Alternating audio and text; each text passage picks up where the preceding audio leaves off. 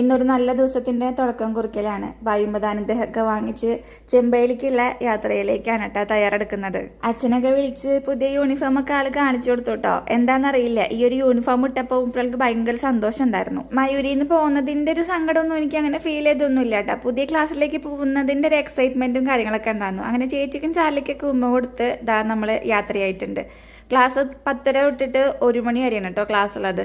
അത് കഴിഞ്ഞ് നേരെ നമ്മൾ മേൽപ്പത്തൂർക്ക് വന്നിട്ടുണ്ട്. ഇന്നിപ്പോൾ ആയുവിന്റെ ബെസ്റ്റ് ഫ്രണ്ട് അനന്തികയുടെ അരങ്ങേറ്റാണ് കേട്ടോ. ഇത് സനക്കുട്ടിയാണ്, എൻ്റെ ചേട്ടന്റെ മോളാണ് കേട്ടോ. ഇതാണ് അനന്തിക. അനന്തികയുടെ ഒപ്പം ഇപ്പൊ നിങ്ങൾ കാണുന്നതാണ് റിതുവും പായുവിന്റെ ഫ്രണ്ട് തന്നെയാണ് കേട്ടോ. അങ്ങനെ കൂട്ടുകാർത്തികൾ ഇനി സ്കൂൾ തുറക്കുമ്പോൾ കാണാം എന്നൊക്കെ പറഞ്ഞ് പിരിഞ്ഞിട്ടുണ്ട്. അനന്തികയുടെ ചേച്ചി അവന്തികയാണ് കേട്ടോ. അത് ആൾക്ക് മോഹിനിയായിട്ടായിരുന്നു അരങ്ങേറ്റം ഉണ്ടായിരുന്നത്.